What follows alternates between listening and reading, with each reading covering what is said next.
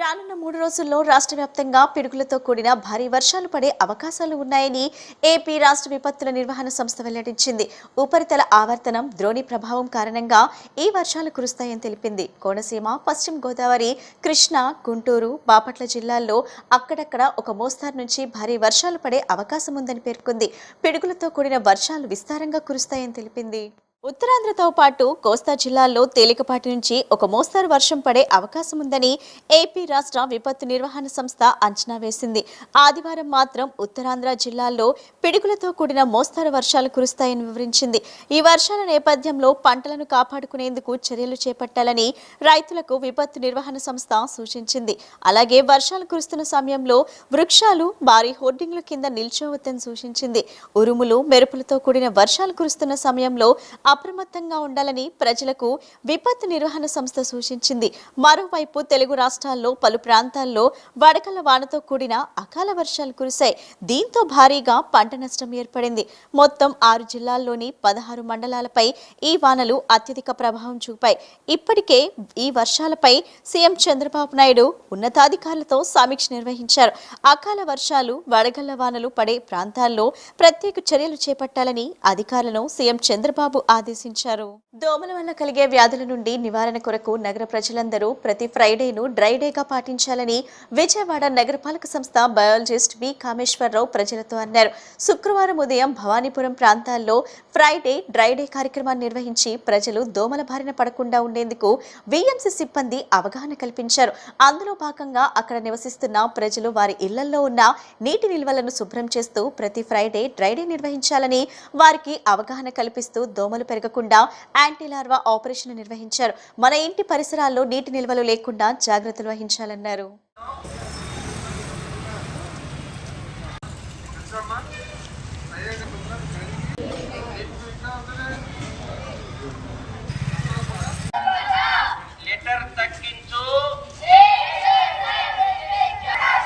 పర్యావరణం మన బాధ్యత.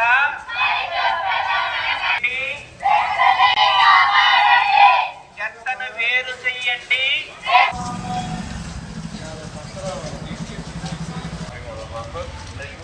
నిరాశకు గురి చేసిన జాబ్ క్యాలెండర్ ప్రభుత్వ శాఖల్లో ఖాళీగా ఉన్నటువంటి పోస్టుల వివరాలను ప్రకటించాలని 99,000 పోస్టులతో జాబ్ క్యాలెండర్ ప్రకటించాలని ఆర్వైఎస్ఎఫ్ రాష్ట్ర అధ్యక్షులు పరుచూరి రాజేంద్రబాబు డిమాండ్ చేశారు.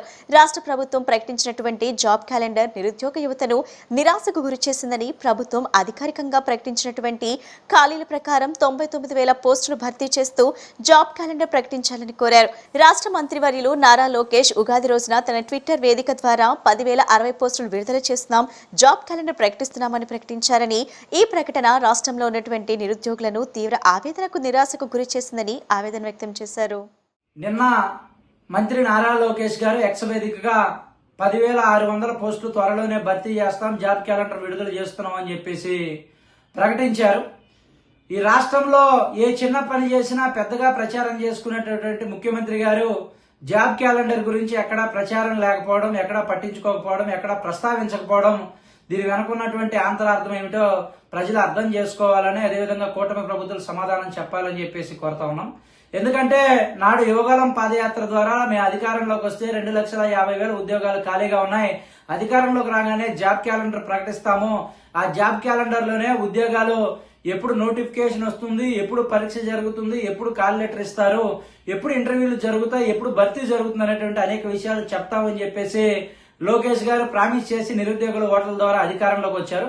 నేడు అధికారంలోకి వచ్చి 22 నెలల కాలంలో 2 ఉగాదులు పూర్తయ్యాయి, 2 జనవరి పూర్తయింది. 2 జనవరిలు పూర్తయినా కూడా నిన్నటి రోజున జాబ్ క్యాలెండర్ ప్రకటిస్తున్నామని చెప్పేసి చెప్పారు. దీనికి సంబంధించి ఎక్కడా కూడా జాబ్ క్యాలెండర్ ప్రకటించడానికి అవసరమైనటువంటి జీవో గాని, ఉద్యోగాలు భర్తీ చేయాల్సినటువంటి ఏపీపీఎస్సీ సంబంధించి ఒక ప్రకటన గానీ రాలేదు. తక్షణమే ఏపీపీఎస్సీ ప్రకటన చేయాలని, ప్రభుత్వం జీవో విడుదల చేయాలని చెప్పేసి కోరడంతో పాటుగా 10,060 పోస్టులు కాదు, ప్రభుత్వం శ్రీనిధి పోర్టల్లోనే 99,000 పోస్టులు ఖాళీ ఉన్నాయని చెప్పేసి చెప్తా ఉంది. గత నెల ఏప్రిల్లో నిర్వహించినటువంటి స్కిల్ సెన్సెక్స్ సర్వేలో కూడా 1,55,00,000 మంది ఈ రాష్ట్రంలో ఉద్యోగాల కోసం చదువుకున్నటువంటి యువత ఎదురు చూస్తున్నామని చెప్పేసి లెక్కలో గణాంకాలు వచ్చినటువంటి నేపథ్యంలో తక్షణమే రాష్ట్ర ప్రభుత్వం స్పందించి రీనోటిఫికేషన్ విడుదల చేయాలి. జాబ్ క్యాలెండర్ సవరించి 99,000 పోస్టులకి నోటిఫికేషన్ విడుదల చేసి భర్తీ చేయాలి. అదేవిధంగా ఈ రాష్ట్రంలో 22 నెలల కాలంలో సుమారుగా 21,000 పైచీలకు ఉద్యోగులు పదవీ విరమణ చేశారు. ఆ ఉద్యోగాల భర్తీకి సంగతి ఏంటి, అదేవిధంగా రాష్ట్రంలో ఉన్నటువంటి ప్రభుత్వ శాఖల్లో ఖాళీగా ఎన్ని పోస్టులు ఉన్నాయి, దానికి సంబంధించి నోటిఫికేషన్ ఎప్పుడు ఇస్తారనేటువంటి దాని మీద స్పష్టమైనటువంటి ప్రకటన రాష్ట్ర ప్రభుత్వం చేయాలని చెప్పేసి మేము RYSF గా కోరుతా ఉన్నాం.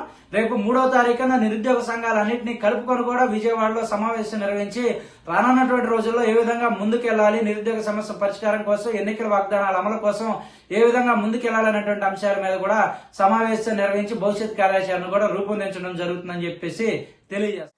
నిరుద్యోగ యువతకు ఎన్నికల సమయంలో ఇచ్చిన హామీ మేరకు ప్రతి ఏటా జాబ్ క్యాలెండర్ విడుదల చేస్తూ నిరుద్యోగ యువతకు ఉద్యోగ కల్పన చేస్తున్న ప్రభుత్వం కూటమి ప్రభుత్వమేనని TNSF జిల్లా ప్రధాన కార్యదర్శి పి చరణ్ సాయి యాదవ్, తెలుగు యువత జిల్లా అధ్యక్షుడు షేక్ నాగూర్ అన్నారు. దేశంలోనే ఏ రాష్ట్ర ప్రభుత్వం విడుదల చేయని విధంగా ప్రతి ఏటా జాబ్ క్యాలెండర్ను విడుదల చేస్తూ రాష్ట్ర ప్రభుత్వం సరికొత్త చరిత్ర సృష్టిస్తుందన్నారు. రాష్ట్ర ప్రభుత్వం జాబ్ క్యాలెండర్ విడుదల చేసినందుకు హర్షం వ్యక్తం చేస్తూ తెలుగునాడు విద్యార్థి సంఘం తెలుగు యువత ఆధ్వర్యంలో గురునానక్ కాలనీలోని విజయవాడ పార్లమెంటరీ కార్యాలయం NTR భవన్లో సంబరాలు నిర్వహించారు. మిఠాయిలు పంచి హర్షాధికాలు వ్యక్తం చేశారు. ఈ సందర్భంగా TNSF జిల్లా ప్రధాన కార్యదర్శి పి చరణ్ సాయి యాదవ్ మాట్లాడుతూ రాష్ట్ర మంత్రి యువనేత నారా లోకేష్ ఆధ్వర్యంలో ప్రతి ఏటా నూతన జాబ్ క్యాలెండర్లను విడుదల చేస్తుండటం హర్షణీయమన్నారు. గడిచిన 20 నెలల్లోనే 2,83,375 ఉద్యోగాలు ఇచ్చి నిబద్ధత చాటుకున్న ప్రభుత్వం కూటమి ప్రభుత్వం అన్నారు. ఆంధ్ర రాష్ట్రంలో నిరుద్యోగతను రూపుమాపాలనే నినాదంతో 20 లక్షల ఉద్యోగాల కల్పన హామీ దిశగా ప్రభుత్వం ముందడుగు వేసిందని తెలిపారు. త్వరలోనే గ్రూప్ 1, గ్రూప్ 2 ఉద్యోగాలతో పాటుగా మిగిలిన లెక్చరర్ పోస్టుల భర్తీకి ప్రభుత్వ పరంగా నోటిఫికేషన్లు విడుదల జరగనుందన్నారు. ముఖ్యమంత్రిగా జగన్మోహన్ రెడ్డి ఉన్న సమయంలో NCRB నివేదిక ప్రకారం 4,100 నిరుద్యోగ యువత ఆత్మహత్య చేసుకున్నారని, నిరుద్యోగ యువతకు జగన్ పాలనలో ఉద్యోగ కల్పన కరువైందన్నారు. ప్రస్తుతం రాష్ట్రంలో 20 లక్షల కోట్ల పెట్టుబడులతో 25 లక్షల మందికి ఉపాధి కల్పించేలా చంద్రబాబు నాయుడు నేతృత్వంలో ప్రభుత్వ ఒప్పందాలు చేసుకుందన్నారు.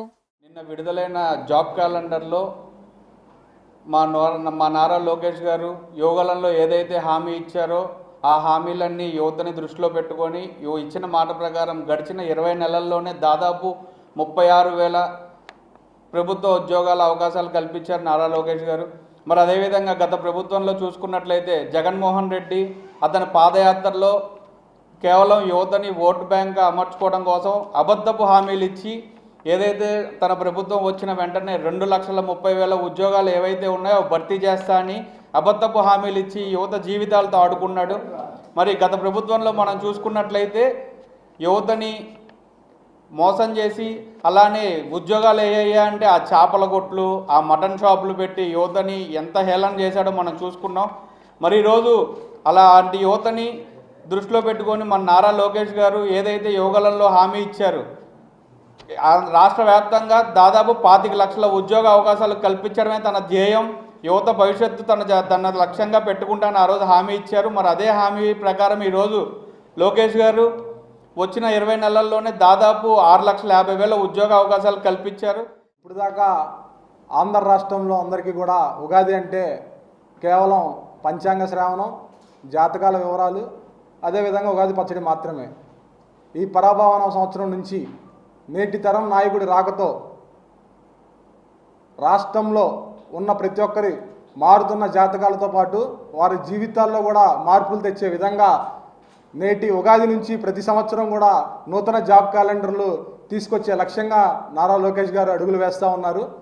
ఆనాడు యువగలంలో ఏదైతే హామీ ఇచ్చారో అదేవిధంగా ప్రతి నూతన సంవత్సరానికి కూడా ఒక నూతన జాబ్ క్యాలెండర్లు ఇచ్చి నిరుద్యోగులు ఆంధ్ర రాష్ట్రంలో ఉండకూడదని ఒక నినాదానికి ఆ రోజు కూటమి ప్రభుత్వం 20 లక్షల ఉద్యోగాలు ఇస్తామని చెప్పి ఏదైతే హామీ ఇచ్చారో దాన్ని నిలబెట్టుకునే విధంగా గడిచిన కేవలం 20 నెలల్లో 2,83,375 ఉద్యోగాలు ఇచ్చి వాళ్ళ నిబద్ధత ఏంటో ఈరోజు ఆంధ్ర రాష్ట్ర జనాలకి తెలియజేశారు. నాడు జగన్మోహన్ రెడ్డి హయాంలో ఒక్క DSC కూడా నిర్వహించలేకపోయాడు. ఈరోజు రాష్ట్రంలో ఇప్పటిదాకా 2,87,000 ఉద్యోగాలు ఇచ్చిన ఘనత కూటమి ప్రభుత్వాన్ని. కృష్ణా జిల్లా పాతగన్నవరంలో కొలువైన శ్రీ లక్ష్మీ తిరుపతమ్మ ఆలయంలో వసంత నవరాత్రులు ఘనంగా ప్రారంభమయ్యాయి. తొలుత శ్రీ పరాభవనామ సంవత్సర ఉగాది పండుగ సందర్భంగా ప్రత్యేక పూజలు చేశారు. అనంతరం అమ్మవారికి చామంతి పూలతో విశేష అర్చనలు చేశారు. తిరుపతమ్మ మాతృమండలి సభ్యులు సహస్రనామ పారాయణం, దేవి ఖడ్గమాల స్తోత్రం, హనుమాన్ చాలీసా పారాయణం చేశారు. ఆలయ కమిటీ ఆధ్వర్యంలో ప్రసాద వితరణ చేశారు. ఈ కార్యక్రమంలో ఆలయ కమిటీ అధ్యక్షులు జాస్తి శ్రీధర్, జాస్తి ఫణిశేఖర్, కాసర్నేని నాని, శివలీల, కాసర్నేని బాబురావు మరియు కమిటీ సభ్యులు, గ్రామస్తులు, భక్తులు పెద్ద సంఖ్యలో పాల్గొన్నారు. కృష్ణా జిల్లా పాతగన్నవరంలో కొలువైన శ్రీ లక్ష్మీ తిరుపతమ్మ ఆలయంలో వసంత నవరాత్రులు ఘనంగా ప్రారంభమయ్యాయి. తొలుత శ్రీ పరాభవనామ సంవత్సర ఉగాది పండుగ సందర్భంగా ప్రత్యేక పూజలు చేశారు. అనంతరం అమ్మవారికి చామంతి పూలతో విశేష అర్చనలు చేశారు. తిరుపతమ్మ మాతృమండలి సభ్యులు సహస్రనామ పారాయణం, దేవి ఖడ్గమాల స్తోత్రం, హనుమాన్ చాలీసా పారాయణం చేశారు. ఆలయ కమిటీ ఆధ్వర్యంలో ప్రసాద వితరణ చేశారు. ఈ కార్యక్రమంలో ఆలయ కమిటీ అధ్యక్షులు జాస్తి శ్రీధర్, జాస్తి ఫణిశేఖర్, కాసర్నేని నాని, శివలీల, కాసర్నేని బాబురావు మరియు కమిటీ సభ్యులు, గ్రామస్తులు, భక్తులు పెద్ద సంఖ్యలో పాల్గొన్నారు.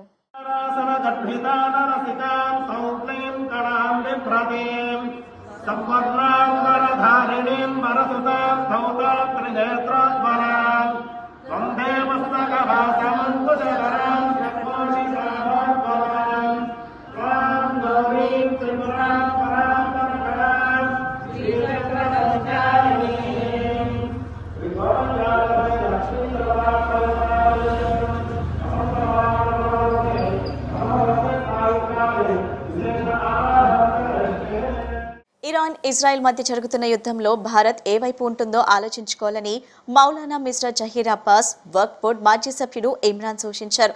ప్రపంచానికి ఇజ్రాయెల్, అమెరికా వల్ల ముప్పు పొంచి ఉందని వారు ఆందోళన వ్యక్తం చేశారు. ప్రపంచంలో శాంతి నెలకొనేలా తాము గాంధీ మార్గంలో ఆందోళన నిర్వహిస్తున్నట్లు తెలిపారు. రంజాన్ మాసం ఆఖరి శుక్రవారం పురస్కరించుకొని కుడ్స్ డే నిర్వహించారు. ఈ సందర్భంగా ర్యాలీ నిర్వహించారు.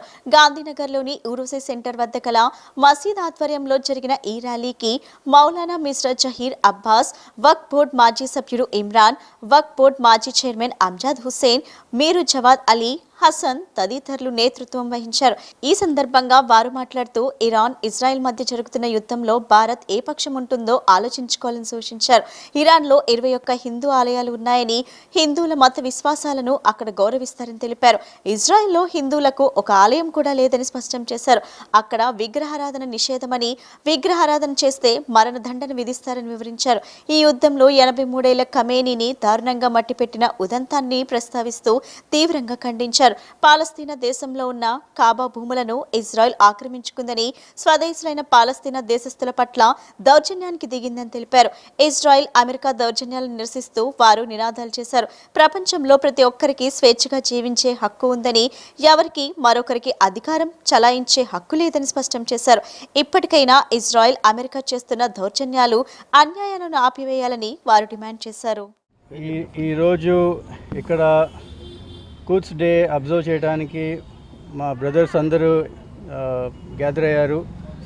యాక్చువల్గా చూడాలంటే ప్రపంచానికి మోస్ట్ థ్రెట్ వచ్చేసి ఇజ్రాయెల్ ఆర్ అమెరికా నుంచి ఉంది. అది హిందువులకైనా, సిక్కులకైనా, ముస్లింకైనా, క్రిస్టియన్లకైనా. మీరు చూస్తే ఇరాన్లో 20 టెంపుల్స్ ఉన్నాయి హిందూస్కి. అక్కడ చాలా భద్రతగా ఉంటారు హిందూస్. ఇజ్రాయెల్లో ఒక్క టెంపుల్ లేదు. ఐడిల్ వర్షిప్ అంటే తరిమి కొడతారు అక్కడ. తర్వాత కౌ స్లాటర్ ఓపెన్గా చేస్తారు. అలాంటి వాళ్ళకి మనం ఇంపార్టెన్స్ ఇస్తే ప్రభుత్వం నుంచి మనము ఎక్కడికి వెళ్తున్నామో అది మనమే తెలుసుకోవాలి. కాబట్టి ఈ సందర్భంగా నేను ఒకటి విజ్ఞప్తి ఏం చేస్తున్నానంటే, అందరు పొలిటికల్ పార్టీస్కి దీన్ని ఒకసారి ఆలోచించండి. ఏమవుతుంది ప్రపంచంలో, ఈ గ్రేట్ రిజల్ట్ కాన్సెప్ట్ ఏంటి, ఎందుకు వీళ్ళు ఇట్లా దాడి చేస్తున్నారు, ఒక్కసారి ఆలోచించండి. గాంధీ గారు చాలా పీస్ఫుల్గా ప్రొటెస్ట్ చేశారు. మేము కూడా అదే దారిలో ప్రొటెస్ట్ చేస్తున్నాం. కానీ మా బాధ, మా కన్నీళ్ళు, మా పెయిన్ అంతా ఆ 85-year-old మ్యాన్ ఆయతుల్లా ఖామినీ గారు ఎవరినైతే దారుణంగా చంపేశారో ఆయన్ని చంపిన వాళ్ళందరినీ మేము కండెమ్ చేస్తున్నాం. लानत हो उन लोगों के ऊपर बेशुमार। पूरी जहान के लिए, आलम इस्लाम के लिए ये हुक्म जारी किया, ये कहा कि माह रमज़ान के आखिरी जुमे को मैं यौम क़ुद्स यानी क़ुद्स डे के उन्वान से मौसूम कर रहा हूँ और सब पर ज़रूरी है कि उस दिन एहतजाज के तौर पर रैली निकाला जाए या खुतबे के तौर पर अपने इजहार मुखालफत को ज़ाहिर किया जाए, लोगों को बताया जाए। और इसी हुक्म की तामील करते हुए आज हम यहाँ पर विजयवाड़ा में गांधीनगर मस्जिद हुसैन के ज़रिए से और यहाँ पर जो इज्तिमा हुआ है, हम सब ये एहतजाज करते हैं और दुनिया को बताना चाहते हैं कि ये जुल्म कब तक फ़िलिस्तीन पर होता रहेगा और हम इसकी मुखालफत कर रहे हैं। और एक दिन इंशाअल्लाह जुल्म ख़त्म होगा और उसको जुल्म ख़त्म करने वाला जो आखिरी नुमाइंदा, आखिरी इमाम ज़माना अज्जलल्लाहु ताला फर्जहु शरीफ। వార్తలు ముగించే ముందు ముఖ్యాంశాలు మరోసారి